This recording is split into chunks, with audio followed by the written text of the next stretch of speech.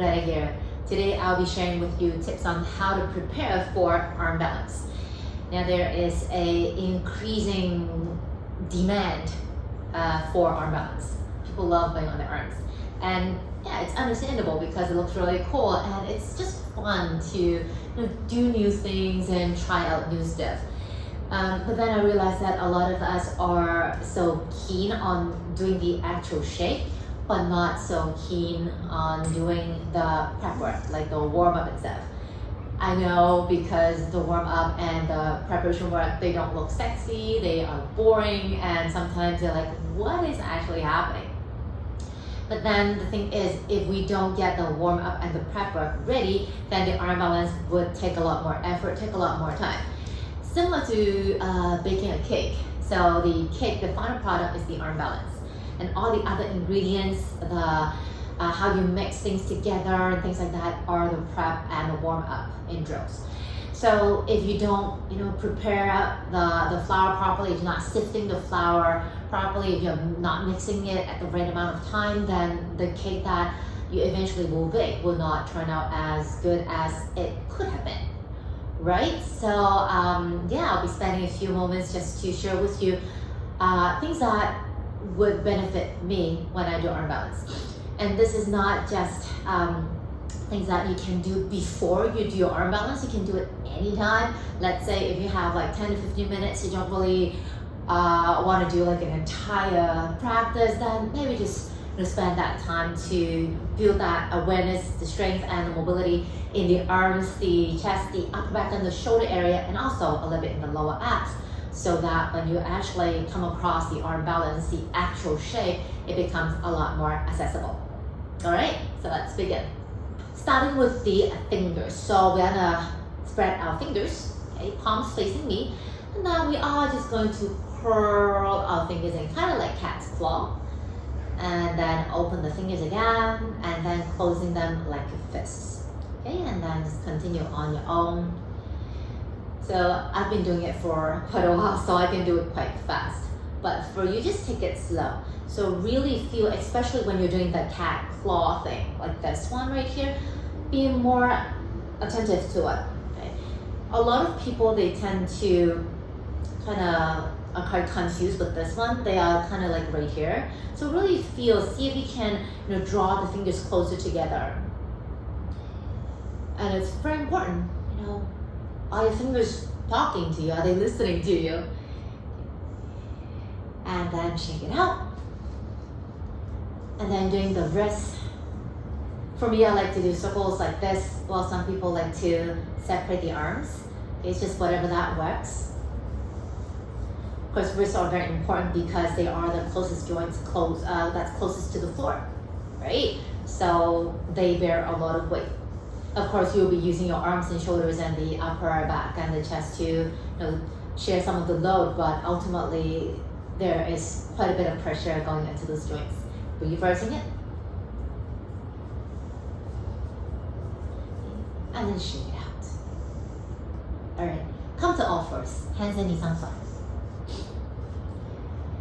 Just a very simple tabletop pose. So checking that the shoulders are right above your wrists. And I'd like you to start to feel the connection between the fingertips, the palms, and your mat. And try to have a bit of a hollow body effect, so a bit of a cat spine without pulling your chin to the chest.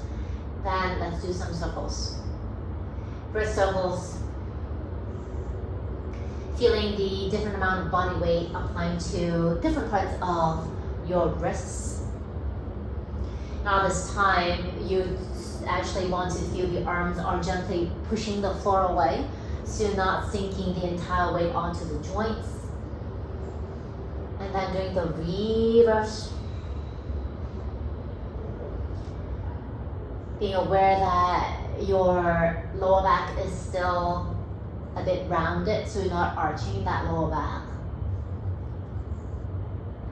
Now let's pause. Checking shoulders right above your knees, or shoulders right above your wrist rather. Your knees are underneath your hips.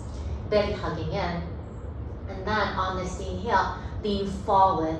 Feeling that the arms are pushing the floor away. And then on exhale, let's come back. Do a few more.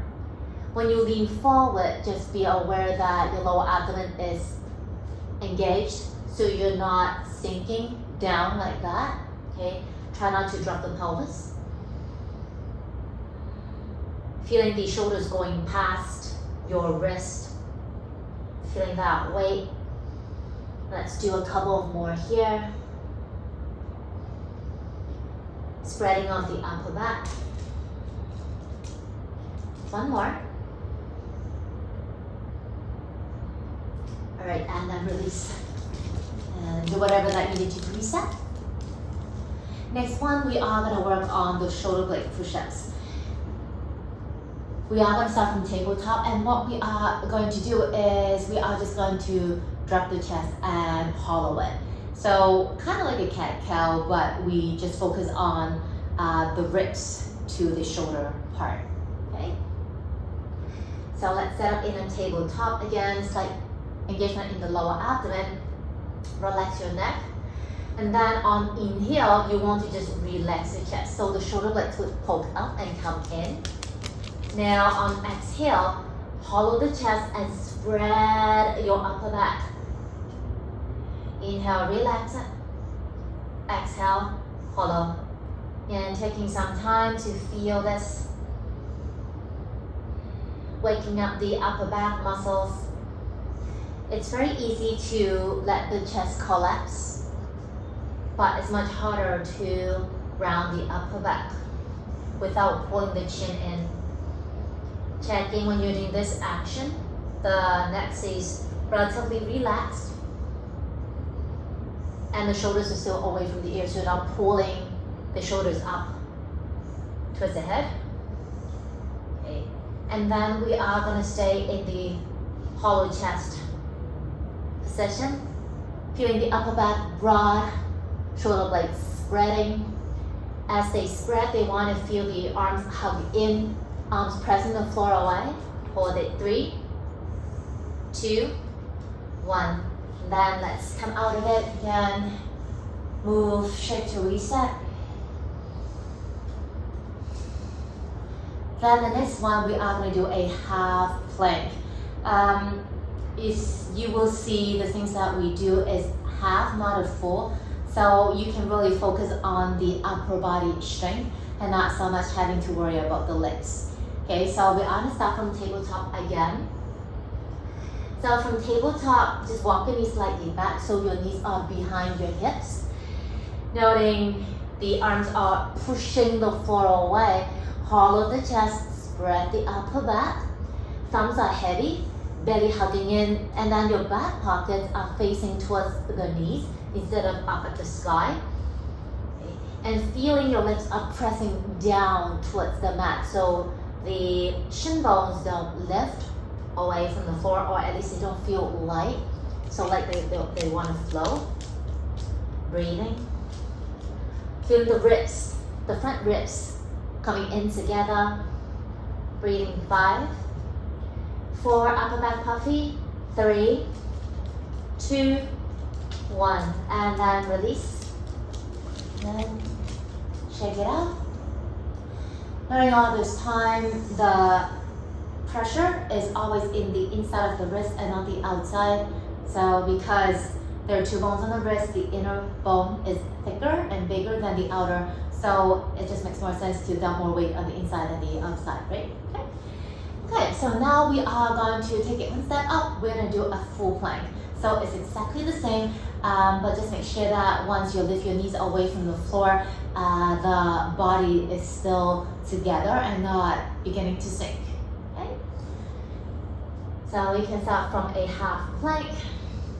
And then from here, toes tuck under and the knees would lift. And back pockets, not up to the sky, rather towards the heels this time. Arms pushing vertically into the mat. Upper back broad. Feeling that as the upper back broadens, it has a feeling of the arms want to hug in towards the midline. Relaxing your neck. Belly hugging in, legs active, squeeze your butt.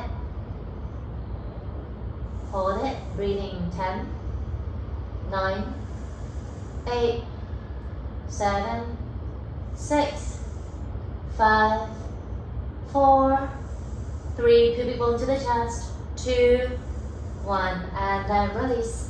Taking your time, reset. The very last drill is I call it a hybrid between a chaturanga and plank.